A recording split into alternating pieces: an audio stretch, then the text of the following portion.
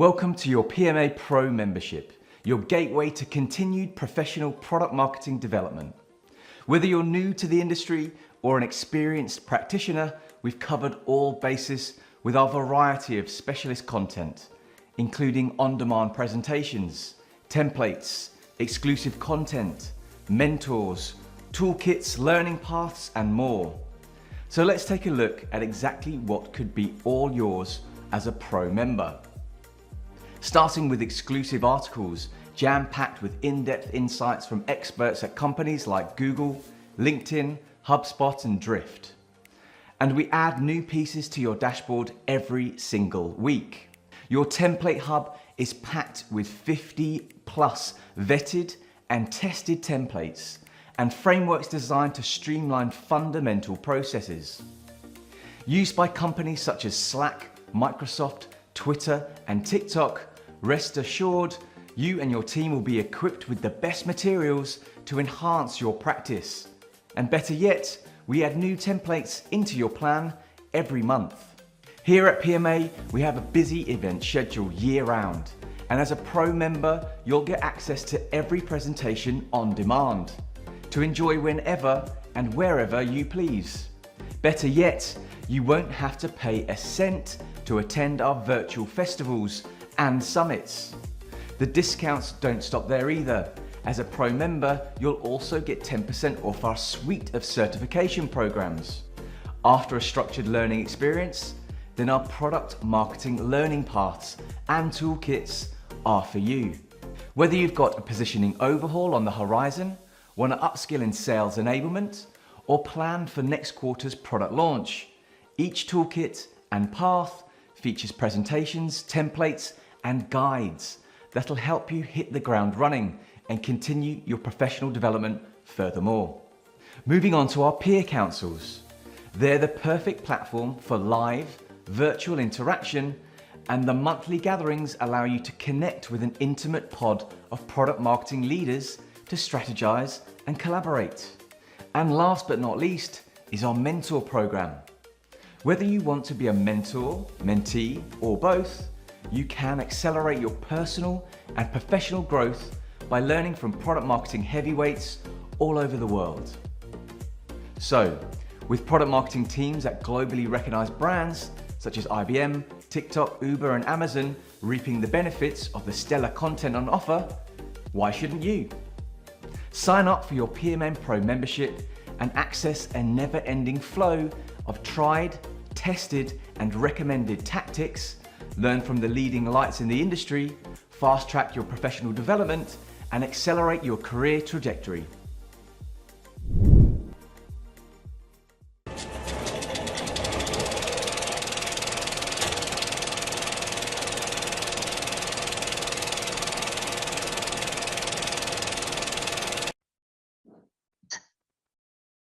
Hi everyone, this is Olivia. Thank you so much for joining. So I am going to start immediately, and I'd like to talk to you about setting up and scaling specifically B2B product marketing teams. So I'm going to dive right into it. So how do you get going if you're looking at starting a product marketing team? And I'm going to talk you through some points that we will go into in more depth throughout this presentation. So number one is about finding the gap to get started, laying foundations now for success later, tracking small wins immediately, synthesizing, prioritizing, being comfortable, being uncomfortable, because that will happen. And I'm going to also wrap up with how your product marketing vision is going to be your scale up plan. So by word of introduction, here's a little bit about me and how my road to product marketing looked like. I actually studied journalism and Germanic studies. I did some events management, ended up working in PR and comms agency side for some time. I then went into more of a growth hacking role at Skyscanner, which is where I established the product marketing function the first time round. And I am currently head of product marketing at Treasure.it, and I've established a function here as well, and we're scaling up that team now. That brings us to today. So do you know where I'm coming from as well, and why sort of I'll be saying some of the things that I say? Here's kind of my underlying principles. I think that great products make brands great, not the reverse. I think good leaders are product evangelists. We should be talking about a product, we should be loving our product, we should be communicating about our product internally, and sort of communicating to everyone around us the positives of the product. I also believe that placing the user at the heart of everything we do is key, and I firmly believe that you should always know what you're building, why, and for whom. So let me start with finding that gap and getting started. So I would like to encourage everyone to think big, but start small. So you need to define the area of the business that needs the most help right now. And you need to find a way of quantifying the impact you can possibly have in numbers. So what sort of metrics are you going to be able to change for the business, and by when? Having a bit of an impact assumption is going to help you. And I would also encourage you to find someone that can support you in driving home that business case to stakeholders. So at Skyscanner, the first time I established a product marketing function, I worked very closely with the head of B2B growth. She had experience in product marketing, and she was the one that really sort of helped me put together my thoughts, guide me, offer me sort of support, and then help me communicate my business case to senior stakeholders. Know your own strengths as well, and make sure that you play to those. Define what your strongest suit is, and that's where you're going to have, that's where you're going to be able to add value immediately. So think of, your personal areas of expertise. You'll be stronger in one area than another. So keep that in mind when defining sort of the first area to get started with, and map that strength area to what your business currently needs, because that's going to help you be clear on what you're going to tackle and what you're not going to start with immediately, because maybe you're not currently sort of best equipped to do that. And finally, all through that process, communicate well and often. So be proactive, show everyone that value that you're going to bring, how it's going to help each of the teams that you're going to work together with, and how it's going to help them get the job done. Because that's what they want, right? And I, for example, hold roadshows typically, where in sort of discipline all hands, I'll go around and present myself, sort of give a little bit of an overview of what product marketing is, and what roles I'm taking on for which teams, and where I'm supporting, and the areas crucially that I'm not supporting, because product marketing can be a lot of things, and it's very important to be clear from the get-go. But for all that, remember that you're trying to lay the foundations to be successful long-term as well, right? So for that, I always think of a bank of quick wins. So like depositing some money or something like that. If I focus on things that I can do right now, some small wins, I can kind of put them in the bank and show that I'm already adding value. And that kind of gives me some breathing space later when I want to tackle some bigger pieces, something foundational, something strategic, because I'm already delivering some smaller quick wins that are having an impact. So I have more buy-in, I have more support when I have to say, I'm going to, prioritize this foundational piece or this strategic piece. And that's proven really helpful in the past. To set yourself up for success, remember that in a high growth company, the pressure is always, you're always going to be told that, the focus is on delivering right now. Yeah, sure, we need strategy and we need to think long term, but where's the revenue like today? So that's fine, but don't do that at any cost. So at the same time as trying to find the bits that have impact now, start introducing the templates, the ways of working, the structure and the alignment that you want between those teams. You have to build that right from the ground up. So good places to start from my experience of going through this twice is what does the GTM process look like? So documenting all of that, for example, the product marketing deliverables matrix for each level of launch that you might have.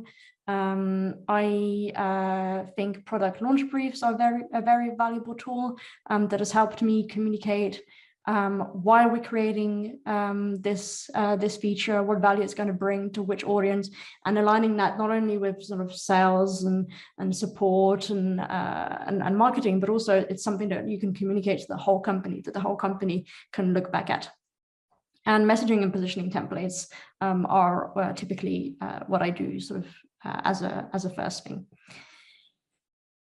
Be prepared to iterate on those ways of working. So try and find your groove, but that can take a bit of time. And first things is probably to figure out how you're going to work together with your key teams, sales, marketing, product, and agree on things like how often should we meet? How do I give you my input and how do I request your input? In what areas do you want to be involved and in what areas do you have full ownership? Because there's some gray areas as we'll go into. And it's good to clarify that from the get-go.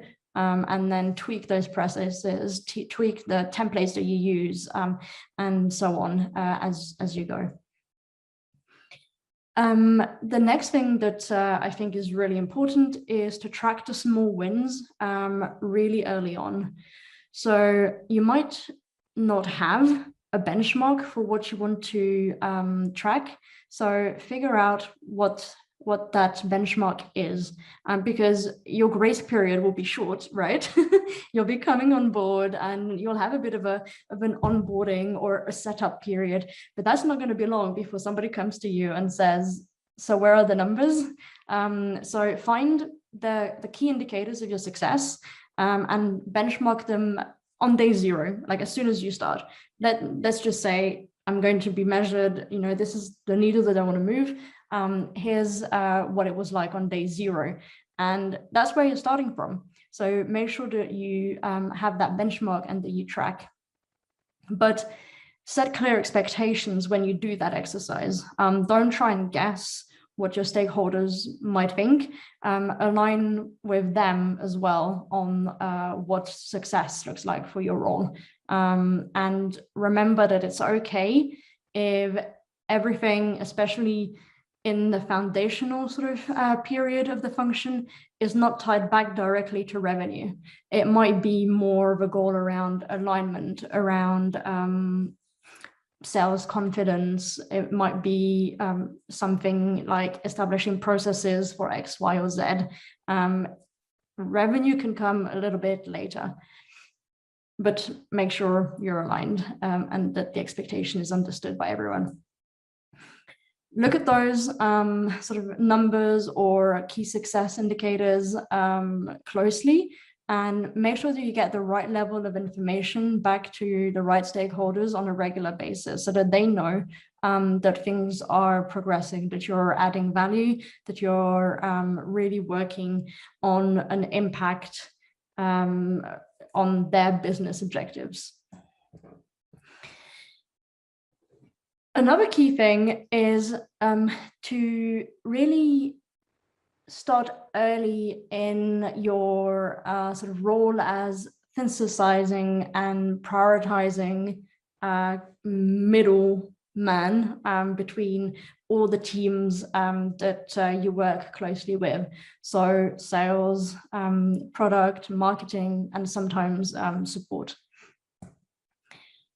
And my top tips when establishing the product marketing function is take the time to observe and listen first. Take in as much information as you can on customers, what the market looks like, your competitors, everything about your product, the key stakeholders and their objectives, any user research initiatives you might have going on, what the marketing focuses look like at the moment, what the sales processes are like, and make sure that you register everything before you act on anything. Just make sure you have all of that knowledge, you know what's happening across sort of all of those areas.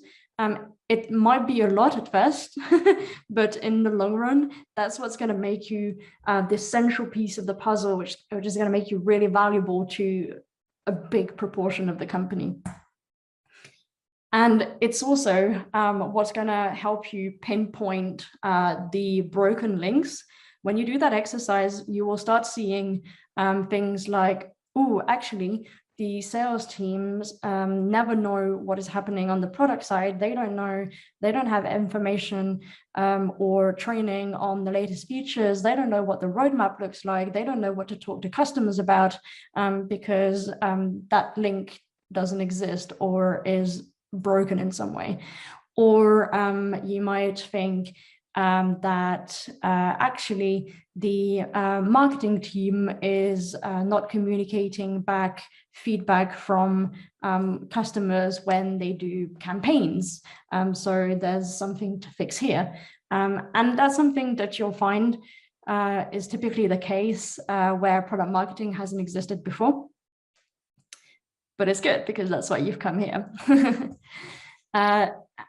The role as well, in my view, one of the first things that you should be doing is just synthesizing that information and translating it back in a way that adds value, that's actionable.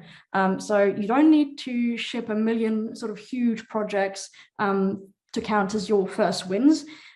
Just step up as the translator that takes in all the information and relays it to the right teams in a language that they understand.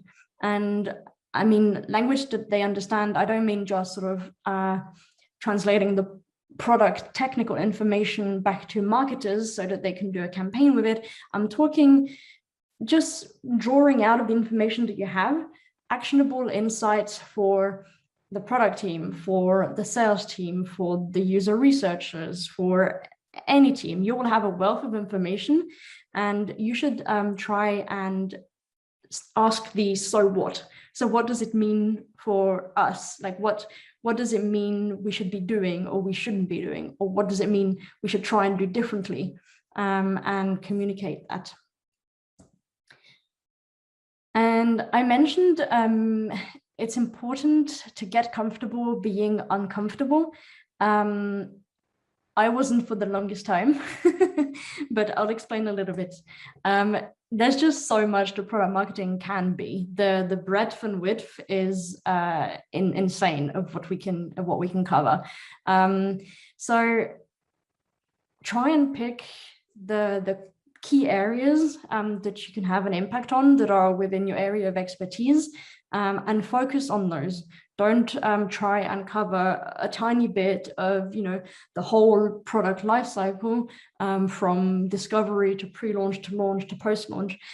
Try and focus on where you can add value. If you're a product expert, then and you have a bunch of market insights, then maybe something you want to focus on is helping the product team on influencing the roadmap. If you're more of a marketer, then maybe where you want to be is closer to coordinating launches and creating a product marketing launch plan. So just find where that is, and sure, start picking up different bits as much as you can, if you can, but focus your time on where that biggest impact is going to be. And things will change. And we came up with a saying at Treasure It, change is pain. Sometimes change, creates a lot of angst and frustration and can be a bit sort of confusing to deal with. But the key is just to keep that open sort of growth mindset. Your company will grow, the objectives will change, and what you want to do to add value to the company in your role as a PMM will change as well. So you need that flexibility to be able to readjust your strategy, to tweak your vision so that it keeps being aligned with where the company is going. And there are gray zones. So to set yourself and your team up for success, try and articulate sort of like clearly to stakeholders, or even in documenting on Confluence or whatever you use, what those gray areas are. So for example, there's often a bit of a dotted sort of line, not a firm border between PMMs and product managers. So in your case, who's going to look after competitor analysis? Who's going to look after market insights? So try and document those things. That means that you can agree roles, responsibilities in the current setup, and also clearly mark orphans where nobody's taking care of those things. Actually, they're a bit abandoned and we need to find a home for them. And you can keep a close eye on those and make sure that either they have a temporary home, that it's something that you're happy to park for some time, or that there's a plan to hire or move internally to cover that bit if it's important. Then your vision is, or what I call a vision, is going to be your plan for scaling up the team. So let me go into that a little bit more. As I've touched on, you want to map the gaps against the business priorities. So it's much easier to make your case heard if you're clearly aligned with where the company is going and your stakeholders know that you really understand how you're going to help them meet those objectives. So my plan, my visions are often sort of drawn up in sketches and things like that. And it shows where we are now, the impact, the areas in which we're impacting, and it shows where product marketing can get to. And that's a big gap. I started just over half a year ago as the sole PMM. I now have sales enablement under me, but there are still many areas that aren't covered, right? So I know where I want to get to, what I want the function to grow to have impact throughout sort of the company. But I've also shown my superior the first steps. So for example, at Treasure It, one of the things that I've noticed is our market intelligence, competitive intelligence is very spread out again across the company. There's no clear owner and there's nobody asking the so what question and feeding that back to the different teams. So that's one of the first steps for me. For product marketing to have more impact is going to be to have someone in my team looking after that area, owning that area, and making sure that the product team has all the insights that they need for their roadmap, that the sales team knows what's happening amongst competitors as well, and so on and so forth. Find yourself an ally. That's my biggest tip as well. It can be a mentor. It can be anybody that can sort of back where you want to go. At Skyscanner, for example, I had a product manager working closely with me who had great experiences working with product marketing, who knew a lot about product marketing, and that was most sort of happy to have my back when people were saying, hey, you know, is that product marketing or is that not product marketing? What does product marketing do? She was somebody that could help me and be like, hey, actually, you know, product marketing can help there, and the impact of product marketing is going to be this. And that was really valuable for me. Start with sort of the team leads, the marketing lead, the product lead, get their buy-in so that then it's much easier to have the buy-in of the rest of the team.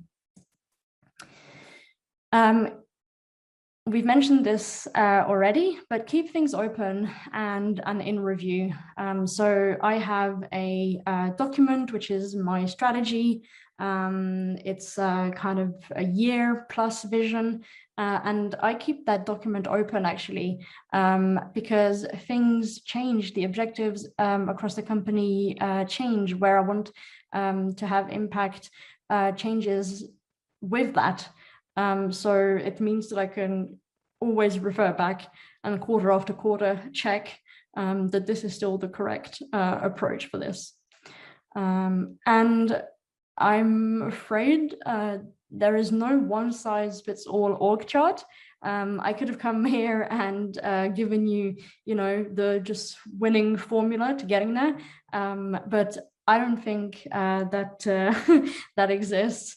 I think for me, it's about looking at where those gaps are, what the skills required are to close that gap, and hiring for that set of skills.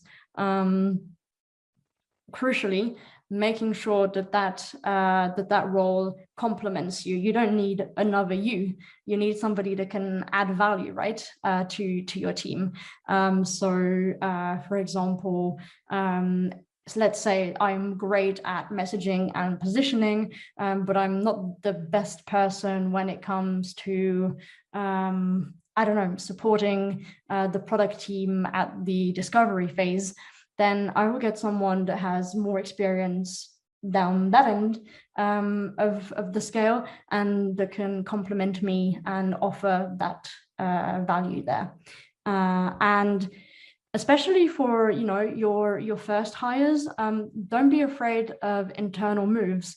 In the case of Treasurit, we had a great colleague that had previously worked in support, that had awesome knowledge of the product, and he was, you know, an amazing candidate for the sales enablement role that I wanted to fill.